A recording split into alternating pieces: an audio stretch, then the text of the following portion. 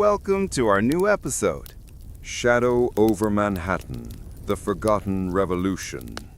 It was 1776, and the streets of New York City whispered secrets no map recorded. Smoke from the ongoing battles drifted along the East River, but the true war was not being fought in open fields or atop wooden ships. It was hidden in alleyways, behind locked doors, and inside the minds of men whose names would never appear in history books. Dr. Elias Monroe, a 32-year-old physician and amateur cryptographer, ran through the narrow cobblestone streets of Lower Manhattan. Clutched tightly under his coat was a small leather-bound journal, its pages filled with strange symbols, coded messages, and sketches that seemed almost prophetic. "Keep moving," a whisper urged from the shadows. A figure in a tattered cloak darted alongside him, their face hidden beneath the hood. Monroe's heart pounded. The British had stepped up patrols, and spies were everywhere. But this journal, discovered in the ruins of an old Dutch warehouse, promised knowledge that could change the course of the American Revolution. Hidden among its pages were names, dates, and locations of secret loyalist meetings and, more disturbingly, references to a hidden society influencing both the British and the Continental Congress. They reached an abandoned warehouse on the docks. Inside, lanterns flickered across crates of salt, tobacco, and sugar, but the real treasure was concealed in a trapdoor under the floorboards. Monroe lifted it to reveal a small, dimly lit chamber filled with manuscripts, maps, and vials containing substances that shimmered unnaturally in the light. This could be it, the key to the revolution that no one else knew existed. The figure removed their hood. It was Margaret Sinclair, the daughter of a prominent colonial merchant, and, secretly, one of the city's most effective spies. Her eyes were sharp, calculating. "They're watching, Elias, and they will come for this journal. But if we decode it, we can control the flow of the war itself." Outside, the wind carried the faint sound of drums from British barracks. Inside, Monroe and Sinclair realized they were standing on the precipice of a conspiracy older than the colonies themselves, one that could shake the foundations of freedom before it had fully begun. Chapter 2. The Coded Society.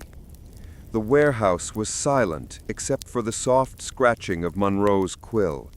By lantern light, he and Sinclair began transcribing the cryptic symbols in the leather-bound journal. At first, it seemed like nonsense.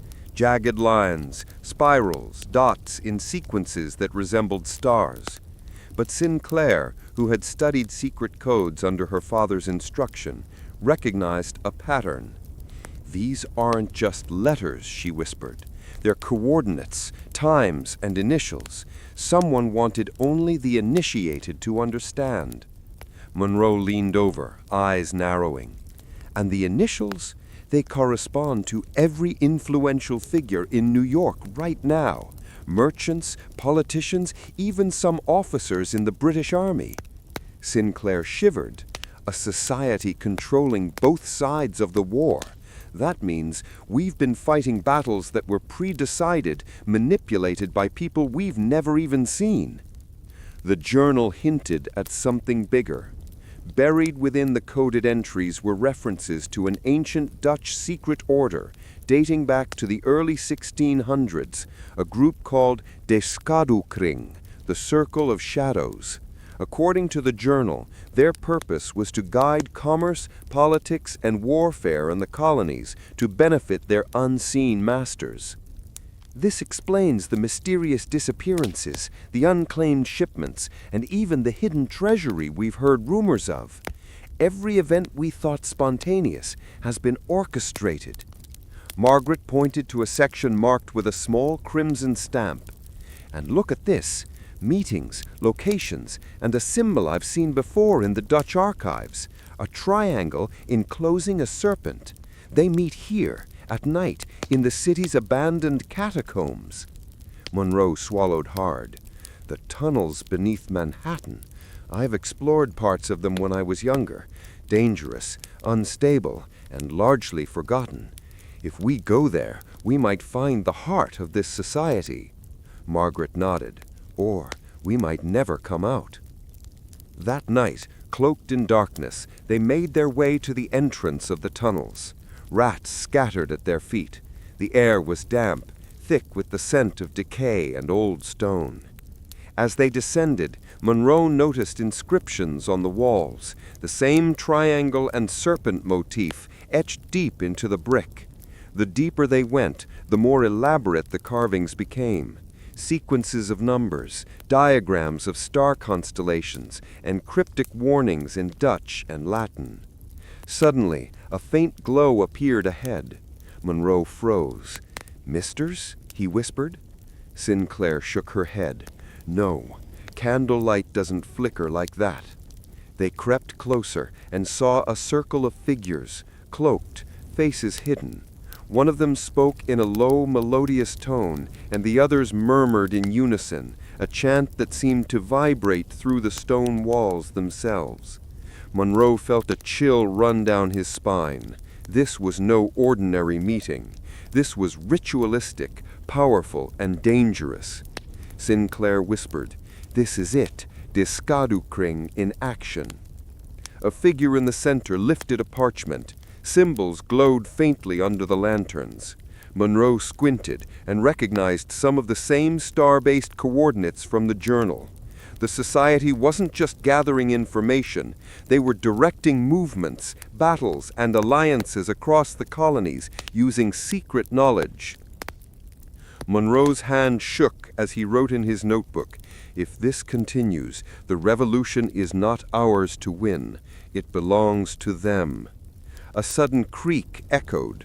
One of the cloaked figures had noticed them. A dagger glimmed in the dim light.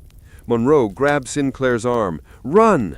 The pair darted deeper into the catacombs, weaving through tunnels, their lanterns swinging wildly. The chanting faded behind them, replaced by the pounding of their own hearts. As they emerged into the early morning streets of Manhattan, Sinclair gasped. They control everything, and if they've seen the journal—" Monroe clenched his fists. "Then they'll come for us next." But somewhere deep in the shadows of the city, the members of Diskadukring were already plotting their response, unaware that two determined patriots had glimpsed their most secret machinations, a discovery that could either save the revolution or destroy it entirely. Chapter 3. The Hidden Alliances. Manhattan had yet to awaken when Monroe and Sinclair returned to the safe house, their breaths ragged and hearts still hammering from the escape. The streets above were calm, indifferent to the shadowy war unfolding below. Sinclair spread the journal across the table. "We've seen their power," she said. "The Circle doesn't just observe, they manipulate. Entire battles, supplies, even politicians. If we don't act, the revolution could be lost before it truly begins." Monroe nodded. "We need allies, people who understand espionage, codes, and subterfuge. Not soldiers, not generals, but those who move in the shadows." They first approached Samuel Adams's lesser-known cousin, Jonathan Reed, a clerk at the Boston Custom House. Reed had quietly opposed British taxation and, unbeknownst to most, was a master of cipher writing. "I've heard rumors of the Circle," Reed whispered when he saw the journal. "Their reach is vast. They control shipping routes, informants, and even some continental officers. But if you have proof—" Monroe placed the journal on the table, showing the symbols and coordinates. Reed's eyes widened. "This is it! This is the key to intercepting their moves before they happen." Next, Sinclair contacted Eliza Worthington, a widow and socialite, whose salons were a cover for intelligence gathering. Her influence among merchants, tavern owners, and city officials made her an ideal source of information. "They think no one notices," Eliza said, examining the journal. "But the pattern is sloppy for someone so careful. If we move correctly, we can intercept their shipments, spread misinformation, and perhaps dismantle them from within. By nightfall, the trio had planned their first move: infiltrate a shipment scheduled to arrive at the Brooklyn docks, a delivery marked in the journal with a triangle and serpent. The shipment was rumored to contain coded messages and supplies for British agents loyal to the Circle. The Brooklyn operation. Under cover of fog, Monroe, Sinclair, and Reed made their way to the docks. Lanterns flickered along the pier, and the sound of water slapping against wooden pilings masked their movements. From a hidden vantage point, they watched workers unload crates. One crate, marked with a faint serpent symbol, was moved toward a British convoy wagon. Monroe signaled, and Reed quietly pried open the crate.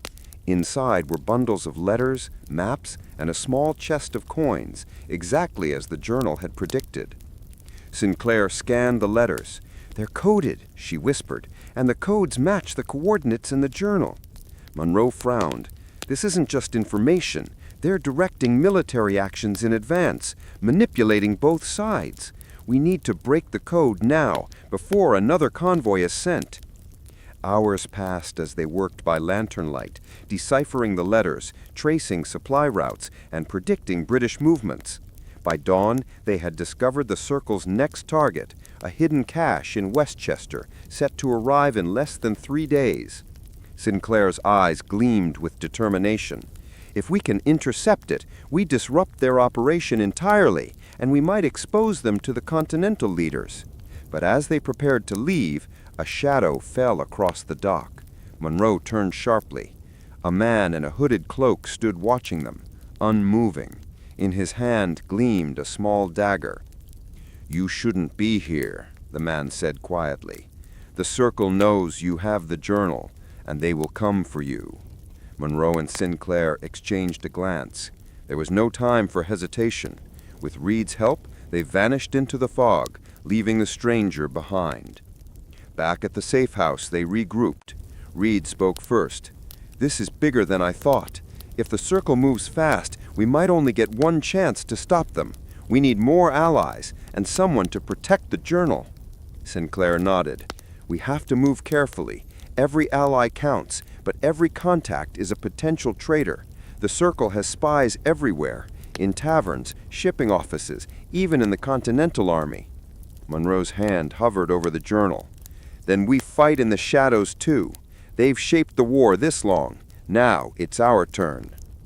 As the first light of dawn broke over Manhattan, one single truth became clear. The revolution was no longer only about liberty and independence. It was about knowledge, secrecy, and survival in a world ruled by invisible hands. Chapter 4. The Siege of the Circle. Night had fallen over Manhattan once again, but the city felt different, darker, as if the streets themselves were holding their breath. Monroe, Sinclair, and Reed moved silently along the rooftops, avoiding patrols and lanterns. Their target? A warehouse in the old Dutch Quarter, where the Circle was scheduled to meet in secret. Sinclair whispered, "This is it. The first real opportunity to see them in action, and to disrupt their plans." Monroe nodded, eyes scanning the street below. "Remember, we're not here to fight openly. Observation first, interception second." They descended into the alley behind the warehouse, finding a loose hatch in the side wall. Reed pried it open, and they slipped inside. The interior was dimly lit by hanging lanterns, casting long shadows across crates and barrels. But at the center of the room they saw the Circle gathered.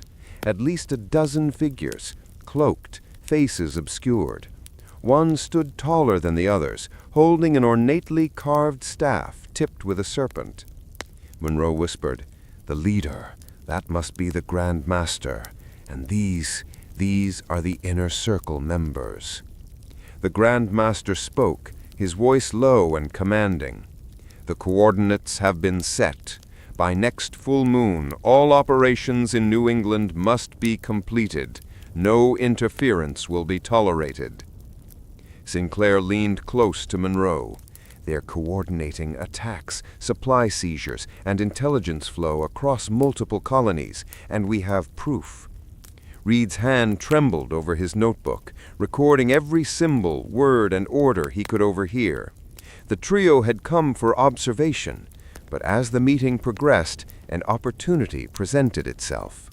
A crate in the corner, marked with the serpent triangle symbol, contained letters and maps, exactly the same type they had intercepted at Brooklyn docks. If they could steal it, they would cripple the Circle's network temporarily. Monroe signaled. With precise timing, they moved toward the crate. Sinclair's fingers brushed the locks, popping them open silently. Reed lifted the bundle, heart pounding.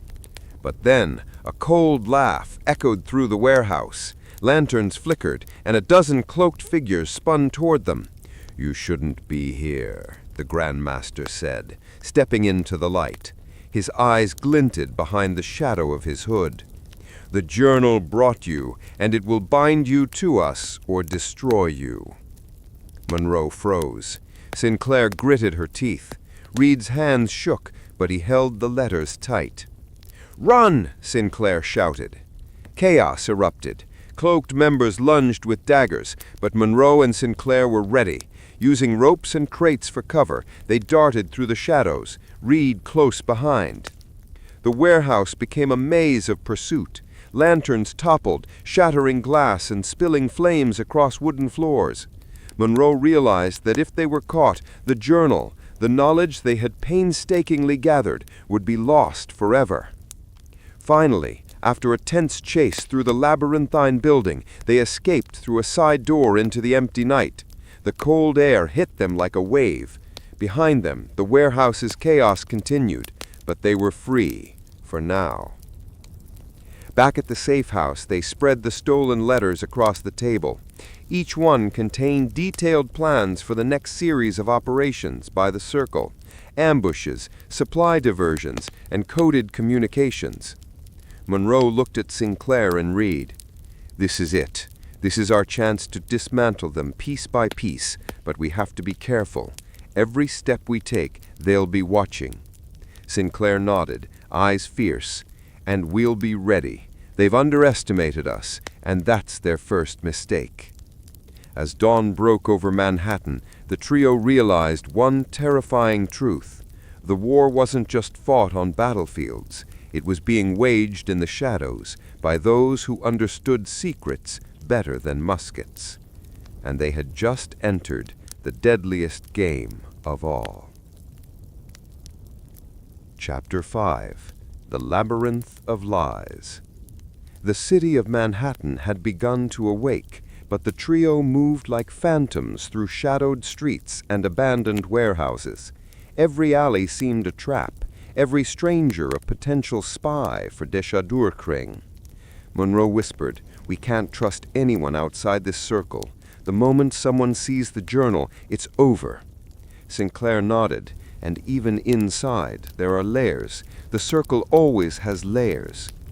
Reed adjusted the stolen letters in his bag. "I've mapped the patterns. The Circle uses old Dutch tunnels beneath the city, but they're more than passages. They're a labyrinth with secret chambers, dead ends, and traps." The trio descended into one of the larger tunnels, its brick walls slick with moisture. Faint symbols, triangles, serpents, and stars marked the way, some carved centuries ago. Monroe studied them carefully. These markings aren't just guidance, they're warnings. Hours passed as they navigated twists, turns, and hidden doors. At one point, a false wall opened suddenly, revealing a narrow passage filled with spikes on the floor. Sinclair's eyes widened. They expect intruders, but who designs traps that haven't been used in centuries? Monroe pressed forward. Someone obsessed with control. Someone who knows the city, its people, and its history better than anyone else. Finally, they reached a chamber illuminated by lanterns. Inside, members of the Circle gathered around a table. Maps were spread out, and letters similar to the ones they had intercepted earlier were being distributed. One man, mid-30s, noticed them immediately. "Intruders!" he shouted. reaching for a hidden blade. Monroe pulled Sinclair and Reed back. Shadows shifted as more members emerged from side passages. The trio was cornered. Then Reed noticed something, a small panel beneath the table. Quickly, he pressed it, and a hidden grate opened. Without hesitation, they dove through, narrowly avoiding the circle's grasp. The escape route led to a hidden sewer that ran beneath the East River. The air was thick and fetid, but it was their only chance. They emerged on the Brooklyn side, soaked and exhausted. Outside, Monroe unrolled one of the letters. They're planning to sabotage a continental supply convoy headed to New Jersey. If we don't warn our people, thousands could die. Sinclair looked out toward Manhattan, the city skyline glowing faintly in the dawn light. We've seen only a fraction of their operations. The labyrinth is just one part. The circle is everywhere, and every path we take could lead to a trap. Monroe clenched the journal to his chest. Then we move carefully. One step at a time, we dismantle them piece by piece, before the revolution itself falls into their hands. As the sun rose, the labyrinth beneath Manhattan remained silent, holding its secrets, but the first cracks in Deschadurkring's facade had begun to appear. Chapter 6. The Betrayal Within. The safe house was quiet, too quiet.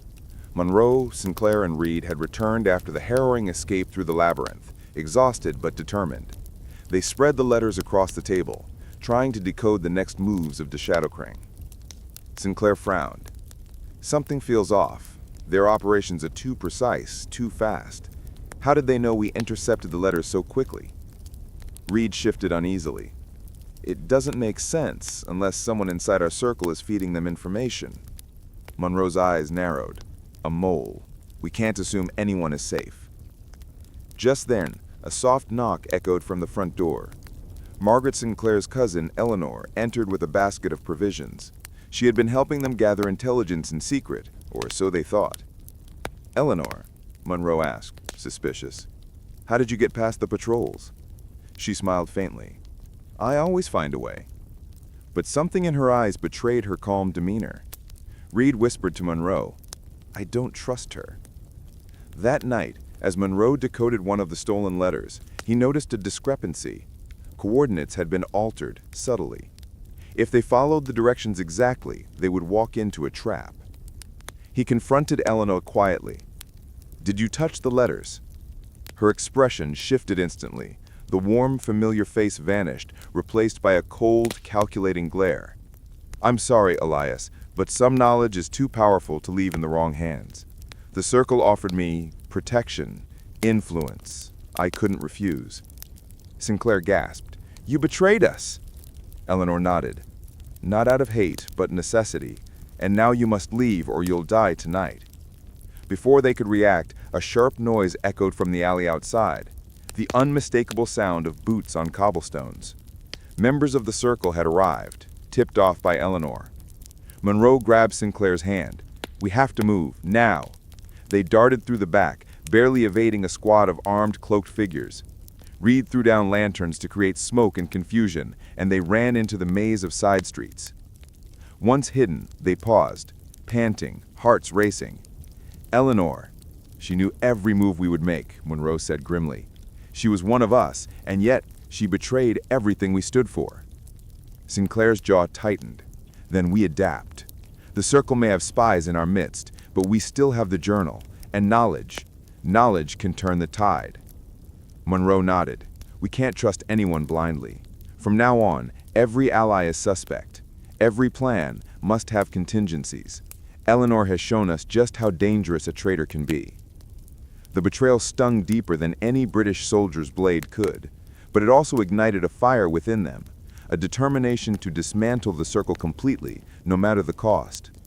As the dawn broke over the East River, the streets of Manhattan seemed calm once more, but Monroe, Sinclair, and Reed knew that danger lurked in every shadow, and that the revolution itself hung precariously in the balance, teetering between freedom and the unseen hands of Deschadurkring. Chapter 7. The Secret Expedition. The city's skyline glowed under the first light of dawn, but Monroe could barely see it. His mind was consumed by the journal and the letters they had risked their lives to intercept. Eleanor's betrayal still lingered like a shadow over their mission. Sinclair spread a new set of letters across the table. Look at this. The Circle isn't just coordinating intelligence or supplies. They're planning something massive. A secret expedition right under the nose of the Continental Army. Monroe frowned. Where? Brooklyn, Staten Island, and worst of all, the abandoned fort at Governor's Island, a location that had been ignored by both sides for decades. According to the letters, the Circle planned to gather colonists, soldiers, and supplies there to secretly control the flow of weapons and information throughout New York and New Jersey. Reed leaned closer. And the journal confirms it. The coded maps show supply caches, meeting points, and hidden waterways connecting the forts. They can move troops and resources without anyone noticing. Sinclair's eyes narrowed. If we don't stop this expedition, they could gain control of the city and effectively sabotage the revolution before it even reaches full strength. Monroe clenched his fists. Then we intercept. Tonight. We'll take the letters, map their movements, and strike before they leave Governor's Island. The approach. Under cover of darkness, the trio sailed across the East River in a small rowboat, avoiding British patrols. The water was cold and the fog thickened as they neared Governor's Island. Monroe's hand rested on the journal, now wrapped in oilskin to protect it. Sinclair scanned the island. Lanterns flickered near the old barracks. There, she whispered. The Circle's expedition is being organized inside the main fort. They're moving crates, personnel, even mounted officers. Reed studied the maps. There's a service tunnel beneath the fort. It should lead directly to their central storage area.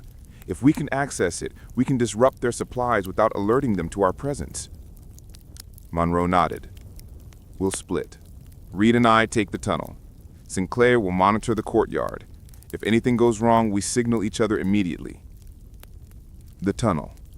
The tunnel was narrow, damp, and lined with rotting wooden supports. Every step echoed, threatening to give away their presence. Monroe's lantern illuminated a series of strange symbols carved into the walls, the same triangle serpent motif, now combined with new letters and numbers. Reed muttered, They're tracking their own movements through these marks. If we follow carefully, we can anticipate where they'll go next. At the end of the tunnel, they found a hidden storage room stacked with crates of weapons, letters, and coded messages. Monroe quickly documented the contents, photographing the letters with a small camera. Suddenly, a faint whisper came from behind them. Monroe spun around. A shadow detached itself from the wall. It was Eleanor. I warned you. Now you've gone too far.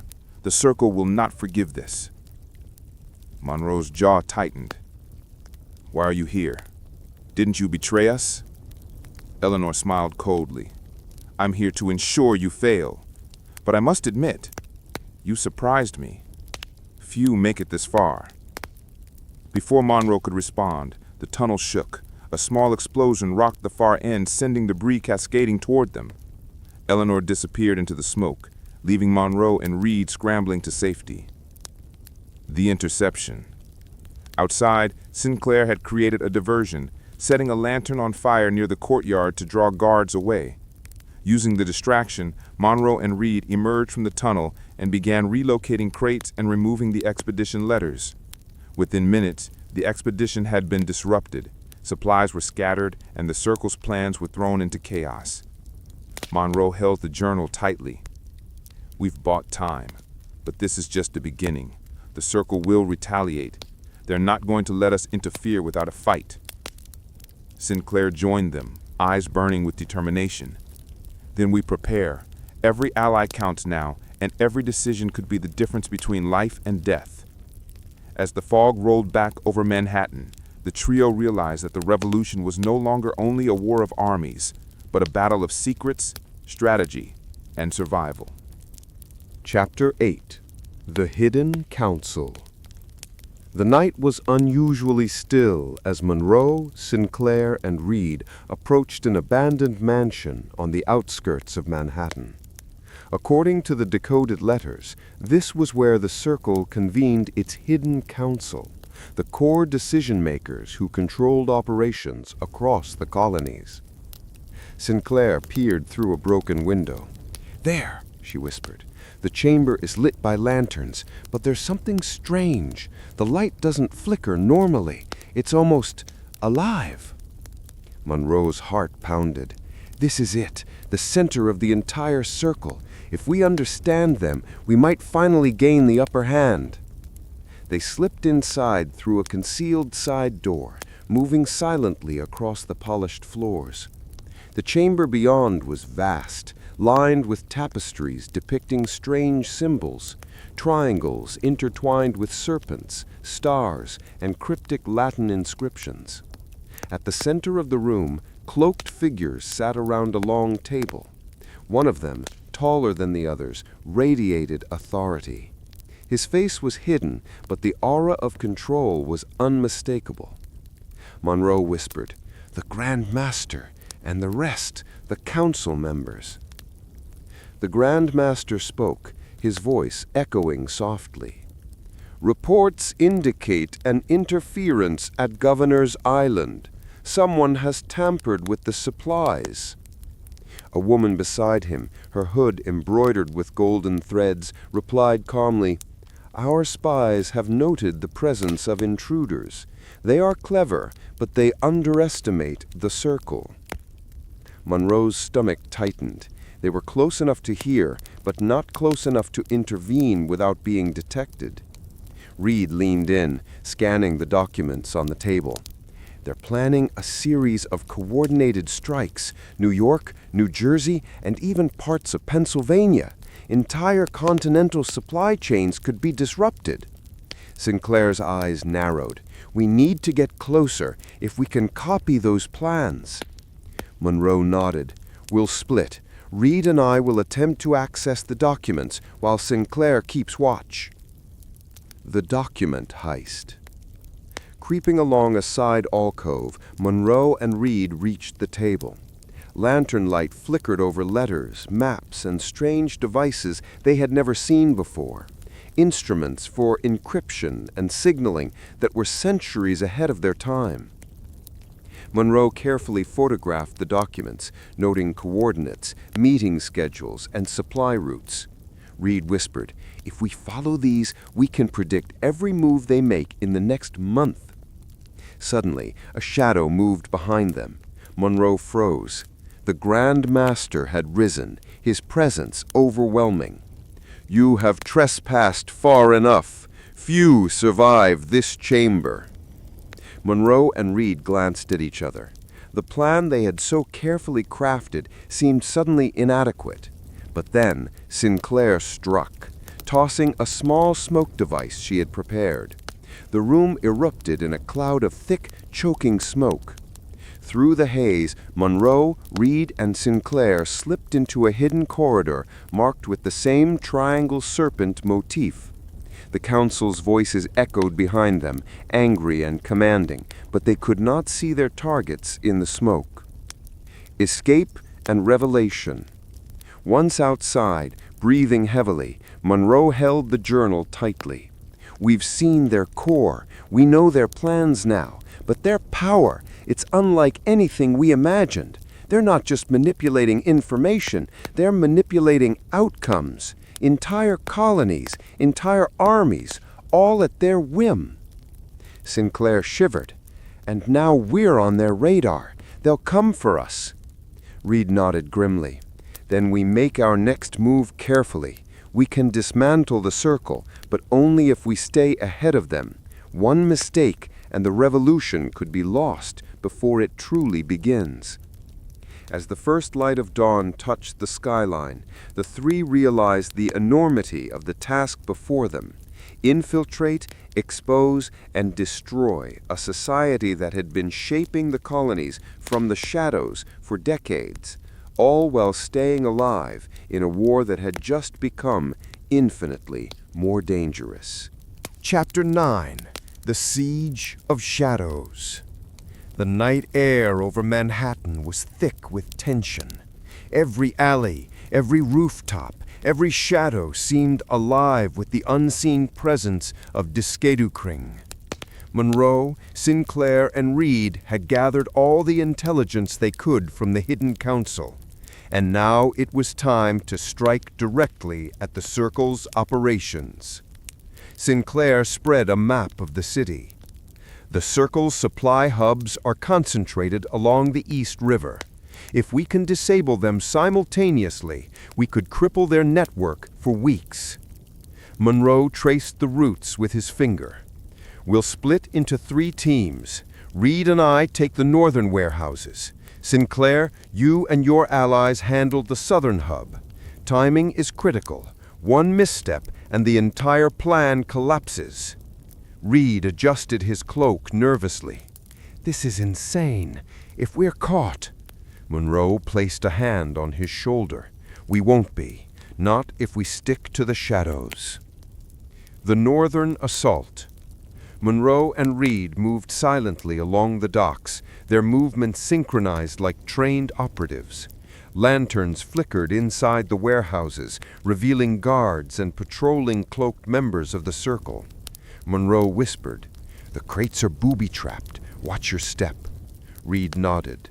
Using small tools, they disarmed the traps and began relocating critical supplies, letters, weapons, and coded messages to hidden storage points controlled by their allies.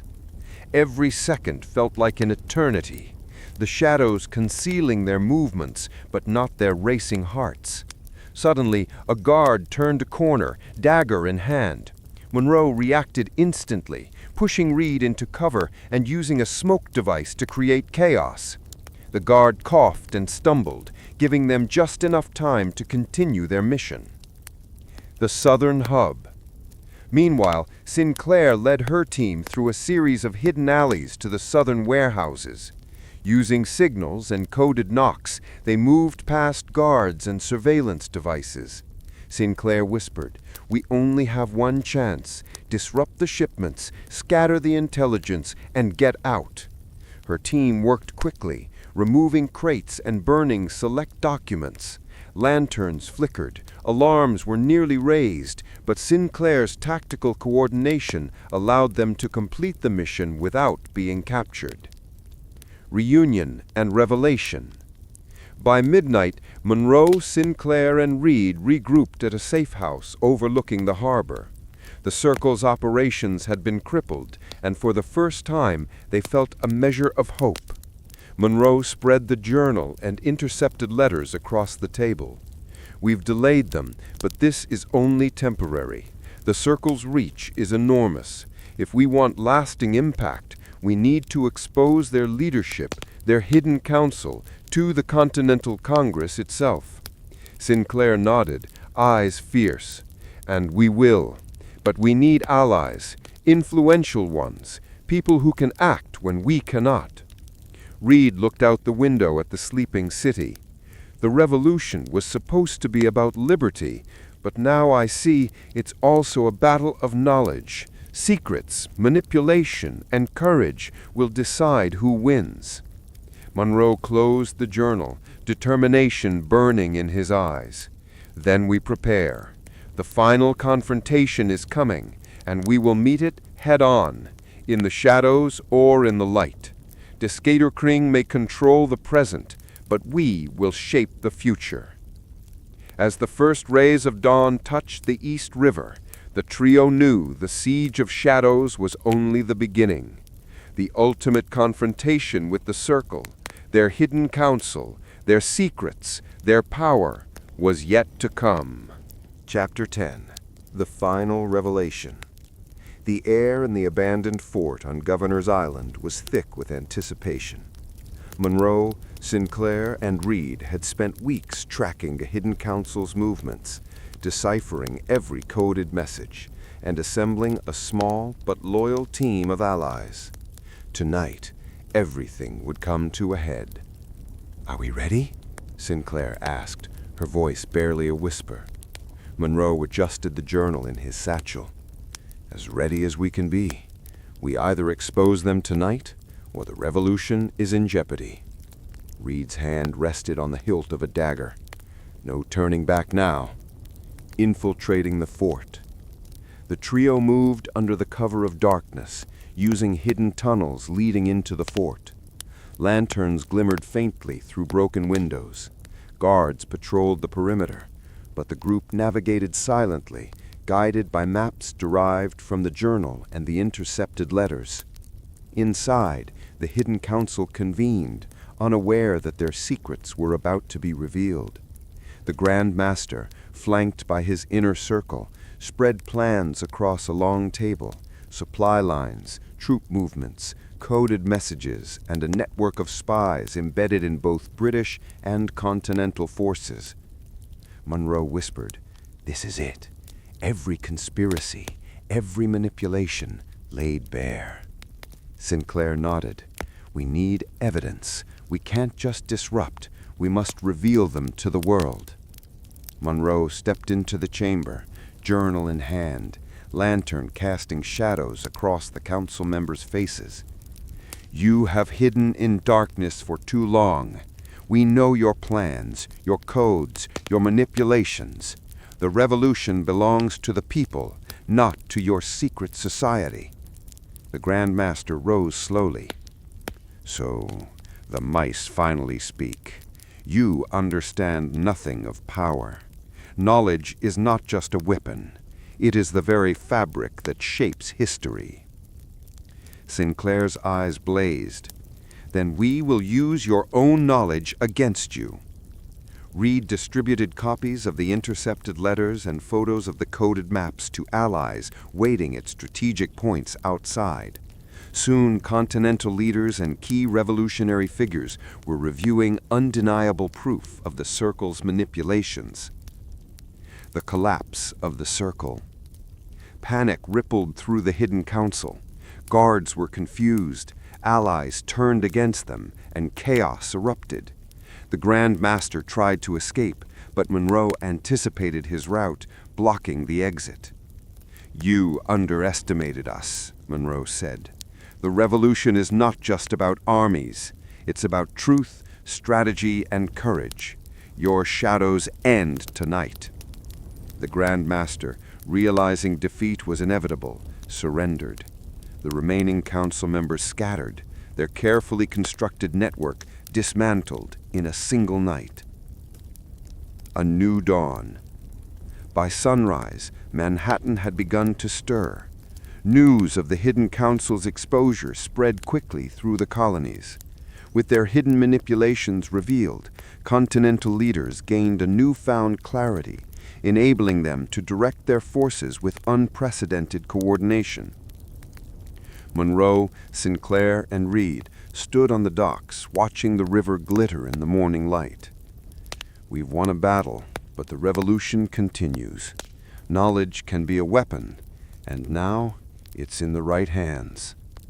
Sinclair smiled faintly. "We've shown that shadows can be fought, that secrets can be exposed. History will remember this night." Reed nodded. "And maybe, just maybe, future generations will understand the true cost of freedom, not only courage in battle, but vigilance in the shadows." As the sun rose over Manhattan, the city seemed brighter, alive with possibility. The hidden council of Deshadukring had been dismantled, their plots unmasked, and the revolution and the promise of liberty remained in the hands of those who dared to uncover the truth.